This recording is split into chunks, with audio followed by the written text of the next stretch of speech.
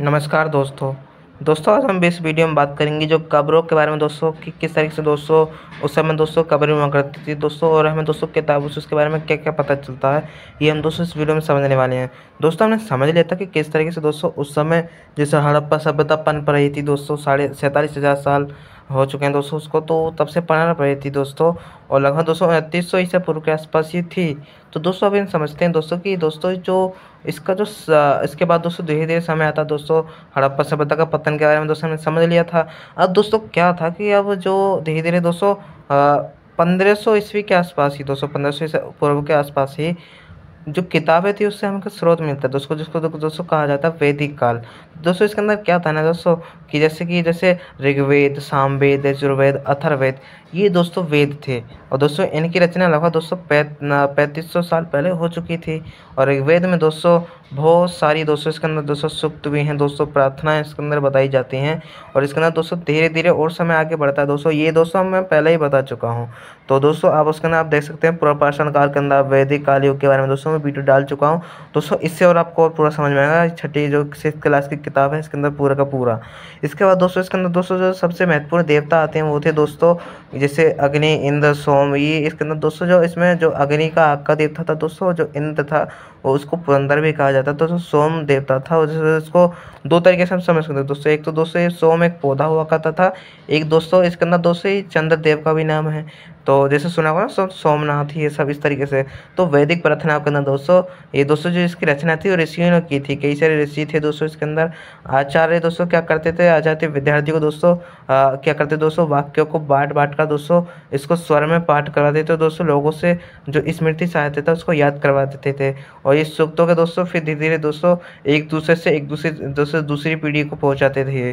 तो इसमें दोस्तों क्या था ना दोस्तों, इसमें दोस्तों ये महिलाओं के लिए भी दोस्तों ये लागू था, ये रचना ये दोस्तों करना। और ऋग्वेद की दोस्तों जो भाषा दोस्तों वो दोस्तों संस्कृत भाषा, इसलिए दोस्तों इसको वैदिक संस्कृति भी कहा जाता है। इस प्रकार दोस्तों धीरे धीरे समय काल आगे बढ़ता है दोस्तों, और दोस्तों फिर इसके बाद दोस्तों हम देखते हैं कि किस तरह से दोस्तों ऋग्वेद के अंदर दोस्तों इतिहासकारों ने बताया कि किस तरह से दोस्तों इकट्ठा जो जानकारी इकट्ठे ली दोस्तों कि किस तरीके से दोस्तों इसके अंदर दोस्तों ऋषियों के नाम जैसे विश्वामित्र, और जैसे देवियों के रूप दोस्तों जो जैसे व्यास और सतलुज नदी, ये दोस्तों इनके भी दोस्तों यहाँ पे भी दोस्तों ये नदियाँ थी दोस्तों, इनकी पूजा हुआ करती थी इस समय।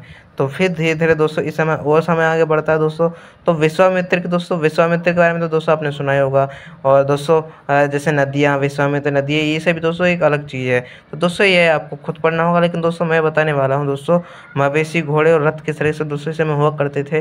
तो ऋग्वेद में दोस्तों मवेशी और जो दोस्तों बच्चों इनके लिए ना दोस्तों क्या था ना दोस्तों प्रार्थना की जाती थी दोस्तों ऋग्वेद में दी गई हैं कि किस तरीके से दोस्तों पुत्र प्राप्ति के लिए प्रार्थना की जाए। और वैसे दोस्तों जैसे युद्ध हुआ करते थे तो उनके लिए भी दोस्तों प्रार्थना हुआ करती थी, मवेशियों को लेने के लिए, गाय के लेने के लिए दोस्तों युद्ध हुआ करते थे उस समय। तो इस तरह से दोस्तों यहाँ पे ये सब चीज़ें होती थी। और युद्ध में दोस्तों ये दोस्तों युद्ध के लिए दोस्तों आग में आहुति भी करते थे, जैसे घी, अनाज और दोस्तों जानवरों की आहुति दिया करते थे। और दोस्तों पुरुष में इनमें भाग लिया करते, तो दोस्तों सेना नहीं होती थी इसके अंदर, इसमें दोस्तों सभी की शांति के लिए दोस्तों हुआ करता था दोस्तों। तो इस प्रकार दोस्तों यहाँ पे फिर लोगों के दोस्तों विशेषता में क्या है ना दोस्तों, यहाँ पे दोस्तों लोगों का वर्गीकरण था दोस्तों भाषा के आधार पर, परिवार के आधार, समुदाय और निवास के आधार पर। तो ऋग्वेद में दोस्तों कुछ अलग अलग जैसे ब्राह्मण, क्षत्रिय, वैश्य और शूद्र, तो ये दोस्तों यहाँ पे हुआ करते थे दोस्तों। तो दोस्तों यहाँ पे दोस्तों पितरात्मक वंश था दोस्तों, जिसके राजा की मृत्यु होती तो राजा का बेटा ही वहाँ का शासक बनेगा, इस तरीके से दोस्तों वहाँ पे हुआ करता था। और जनता पूरे दोस्तों दो शब्दों का इस्तेमाल करती थी दोस्तों इसके अंदर दोस्तों क्या था ना दोस्तों धीरे धीरे दोस्तों एक तो दोस्तों एक विष था शब्द जिससे वैश्य शब्द बना है, तो ये व्यापार क्या करते होंगे दोस्तों। और इसके अंदर दोस्तों पुरु और जन दोस्तों ये दोस्तों इनको मिलकर दोस्तों क्या होता है ना दोस्तों, जैसे भारत और जन और वेद यजु जन, इनसे ही दोस्तों धीरे धीरे दोस्तों वंश आते दोस्तों इसके अंदर। और जैसे कि भारत वंश हो गया, इसके अंदर एक दोस्तों आता है दोस्तों एक दोस्तों की जो ऋग्वेद में वर्णित है दोस्तों, इसके अंदर जो दास और दास इसके अंदर पूरा का पूरा दोस्तों बताया गया है। और इसी के अंदर दोस्तों ये जो दासी होते थे वो यज्ञ नहीं करते थे, ये शायद दोस्तों दूसरी भाषा बोलते थे। तो दोस्तों दास दोस्तों फिर इसके बाद दोस्तों गुलाम कहा जाता था इसको। और इसमें दोस्तों धीरे धीरे क्या आता है दोस्तों इस समय दोस्तों क्या था ना दोस्तों, ये सामाजिक दोस्तों व्यवस्थाएं थी इस तरीके से। और दोस्तों फिर इसके बाद क्या है दोस्तों कि हम देखते हैं दोस्तों महापाषाण के बारे में दोस्तों हमने समझा था दोस्तों। महापाषाण दोस्तों जैसे कि दोस्तों एक पत्थर और एक बड़ा पत्थर, इस तरीके से दोस्तों महापाषाण के बारे में दोस्तों हम पता लगाते हैं। तो इस समय दोस्तों क्या था ना दोस्तों, जो दोस्तों 3000 साल पहले दोस्तों कब्रें और महापाषाण बनाने की दोस्तों प्रथा शुरू हो चुकी थी। तो इस समय दोस्तों धीरे धीरे और आगे बढ़ता दोस्तों समय। तो इस समय हम देखते हैं दोस्तों पुरातत्व इसके बारे में पता लगाते हैं और ये दोस्तों इसके अंदर देखते हैं खोदा गड्ढे खोदते हैं दोस्तों। तो इसके अंदर दोस्तों इनको ना दोस्तों कई सारे दोस्तों बर्तन थे वो मिलते हैं दोस्तों, और दोस्तों समाधान की प्रक्रियाएं मिलती हैं, किस तरीके से ताबूत के अंदर दोस्तों लोगों को दफनाया जाता था और लोगों की असमानताओं के बारे में पता चलता है दोस्तों, किस तरीके दोस्तों जो कंकालों को साथ मिट्टी बर्तन दफनाए जाते थे। तो इस तरह से दोस्तों वहाँ पर सामाजिक स्थिति का हमें पता लगाया जा सकता था इस तरीके से। फिर दोस्तों कब्रें दोस्तों कई अलग अलग परिवार की होती थी। जैसे तो मैं समझाता हूँ दोस्तों, जो अमीर होता था वो तो दोस्तों बहुत सारी चीज़ें रखता था कंकाल के पास, और जो गरीब होता था उसकी ऐसे हुआ करती थी।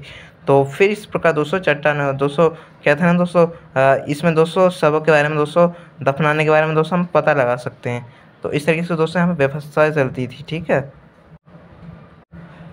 इस समय फिर दोस्तों हम देखते हैं दोस्तों जो इनगाम नाम का एक दोस्तों यहाँ पे दोस्तों कब्रों के बारे में जानकारी मिलती है दोस्तों। लगभग 3600 साल पहले या इसके आसपास ही दोस्तों यहाँ पे पूरा का पूरा दोस्तों भीमा नदी है ना दोस्तों, यहाँ पे दोस्तों पता चलता है दोस्तों कि यहाँ पे दोस्तों जो किस तरीके से लोगों को दफनाया जाता था। सिर उत्तर की ओर हुआ करता था, पैर दक्षिण की तरफ, तो घर के अंदर ही दफनाए दिए जाते थे। इनके पास दोस्तों हर चीज़ रखी जाती थी सावधान के पास।